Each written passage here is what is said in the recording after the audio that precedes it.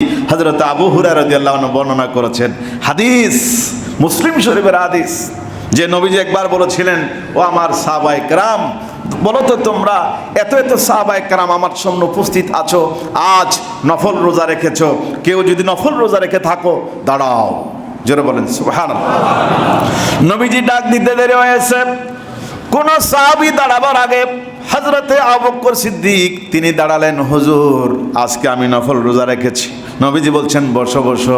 নবীজি আবার 2 নম্বর ডাক দিলেন, আমার একটা খাস সুন্নাত ফরজে কিফায়া জানাজার নামাজ পড়া, তোমরা জানাজার কোন মুসলমানের জানাজার নামাজ পড়ে থাকলে দাঁড়াও।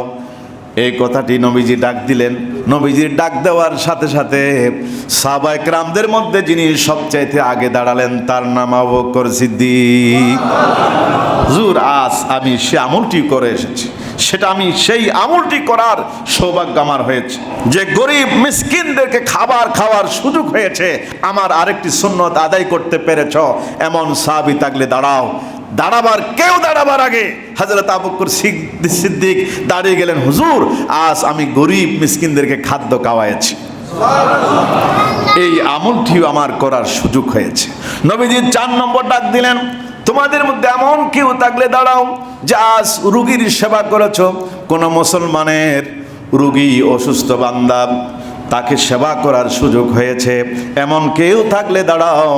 সবাই এই সাহাবায়ে কেরামদের থেকে কেউ দাঁড়াবার আগে হযরত আবু বকর সিদ্দিক রাদিয়াল্লাহু আনহু তিনি দাঁড়ায় বলছেন, হুজুর ইয়া রাসূলুল্লাহ আজকে আমি আমার একজন ভাইয়ের অসুস্থ ভাইয়ের সেবা করার সুযোগ হয়েছে। নবীজি ডিক্লার দিলেন, এই 60টি আমল তোমাদের মধ্যে কেউ যদি জমা করতে পারো, একত্রিত করতে পারো, আল্লাহ রাব্বুল আলামিন বিনা হিসাবে তাকে জান্নাতুল ফেরদাউস নসিব করে দিবেন।